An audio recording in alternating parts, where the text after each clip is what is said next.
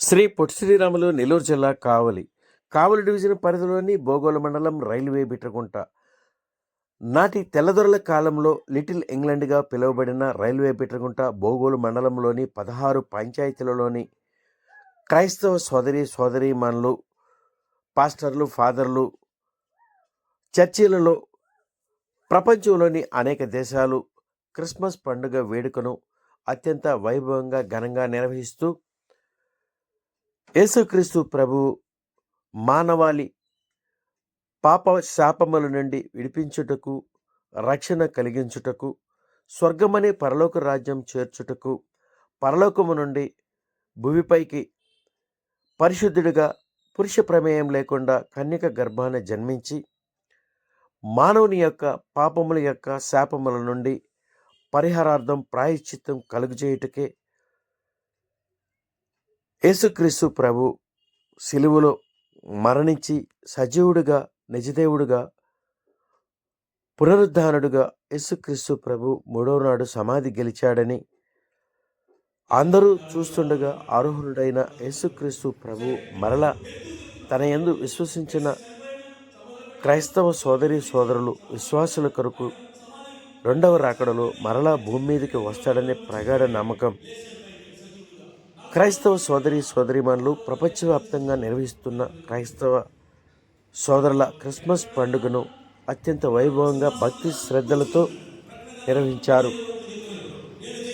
సమాజంలో తోటి వారితో స్నేహభావం, ప్రేమ, దయ, కనికరం కలిగి జీవించాలని ఈ లోకంలో తన ప్రబోధలు మానవాళికి ఎంతో అవసరమని పాస్టర్లు, ఫాదర్లు తమ సందేశాల్లో వినిపించారు.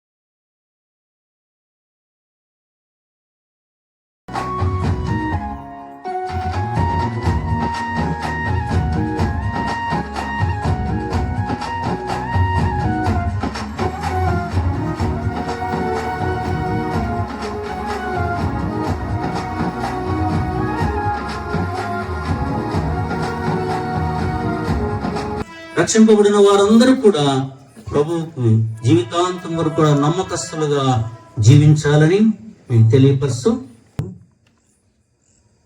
యోహాను సువార్త 16:28 ఒక మాట ఉంది, చదువుకుందాం. నేను తండ్రి యొద్ద నుండి లోకమునికి వచ్చాను మరియు లోకమును విడిచి తండ్రి యొద్దకు వెళ్ళుచున్నానని వారితో చెప్పాను. ఇక్కడ మనం గమనించినట్లయితే ప్రభు చెప్తున్నాడు, సాక్షాత్తు ప్రభువే. ఆయన ఎక్కడి నుండి వచ్చాడు? తండ్రి యొద్ద నుండి వచ్చాడు. నేను తండ్రి యొద్ద నుండి బయలుదేరి లోకమునకు వచ్చి ఉన్నాను మరియు లోకమును విడిచి నేను తండ్రి యొద్దకు వెళ్ళుచున్నాను. అంటే ఇక్కడ మన దగ్గర మనం కనుక గమనించినట్లయితే భూమి మీద ఉన్న మనలను తండ్రి యొద్దకు చేర్చడానికి తండ్రి యొద్ద నుండి యేసుక్రీస్తు ప్రభు భూమి మీదకి వచ్చాడు. హల్లెలూయా. ఒకవేళ గనక యేసుక్రీస్తు ప్రభు భూమి మీదకి రాని ఎడల తండ్రి యొద్దకు వెళ్ళడానికి మనకు మార్గము తెలియదు. కాబట్టి తండ్రి యొద్ద మార్గాన్ని మనము కనుగొనాలి అని అంటే క్రీస్తు ద్వారానే తప్ప మరి ఎవరి ద్వారా కూడా కాదు. కాబట్టి యేసుక్రీస్తు ప్రభు సర్వలోకమునకు ఆయన తండ్రి యొద్దకు చేర్చే ఒక వారిదిలాగా ఈ భూమి మీదకి వచ్చాడు. అందుకే మనం క్రిస్మస్ చేసుకుంటున్నాం. మన పాపములు ఎవరైతే ఇంకా 33వ వచనంలో కనుక మనం గమనించినట్లయితే, నా యందు మీకు సమాధానము కలుగునట్లు ఈ మాటలు మీతో చెబుతున్నాను, లోకములో మీకు శ్రమ కలుగును, అయినను ధైర్యము తెచ్చుకుని నేను లోకమును జయించి ఉన్నాను.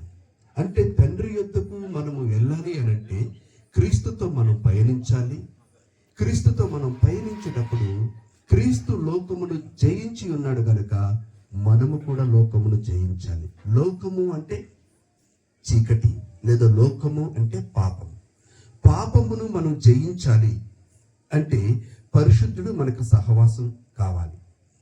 ఏ మనిషి కూడా ఒక మనిషి మరొక మనిషిని పరిశుద్ధునిగా చేయలేడు, ఇది అసాధ్యం. ఒక మనిషి మరొక మనిషిని పాపముల నుండి విడిపించలేడు, ఇది కూడా అసాధ్యం. కానీ ఒక మనిషి పరిశుద్ధుడు అవ్వాలనంటే మనకు ఒక పరిశుద్ధుని సహాయం అవసరం. యేసుక్రీస్తు ప్రభువు పరిశుద్ధుడు గనక ఆయన ఈ లోకములో ఉన్నటువంటి మనలను, అంటే పాపములో ఉన్న మనలను పరిశుద్ధులుగా చేసి తన తండ్రి యొద్దకు చేర్చడానికి ఈ భూమి మీదకి వచ్చాడు అనేది మనము చక్కగా గమనించవలసినటువంటి విషయం. ఫరో యొక్క బర్త్డే గురించి చెప్పారు, హెరోదు యొక్క బర్త్డే గురించి చెప్పారు, సంతోషం. కానీ అది ఆ ప్రాంతానికే పరిమితం. కానీ క్రీస్తు బర్త్డే. దేవుని పరిశుద్ధ నామానికి మహిమ కలుగును గాక. నా పేరు వైటి రవికుమార్.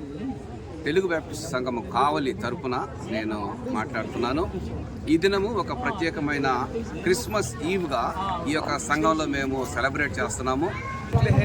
ఆ దినాలలో ఒక రాత్రి ఒక ముందుగానే ఆ యొక్క పండగ సమయం ప్రారంభమయ్యేటువంటి ఆనవాయితీ ఉంది కనుక మేము కూడా 24వ తారీఖున మరి ఈ యొక్క కార్యక్రమాన్ని ప్రారంభించాం. ఇది మొట్టమొదట యేసుక్రీస్తు ప్రభుల వారి జన్మ చరిత్రని మరి అనేక మందికి ప్రచురించడానికి ఇది ఒక ప్రాముఖ్యమైన పండగగా నేను తెలియజేస్తున్నాను. ఎందుకంటే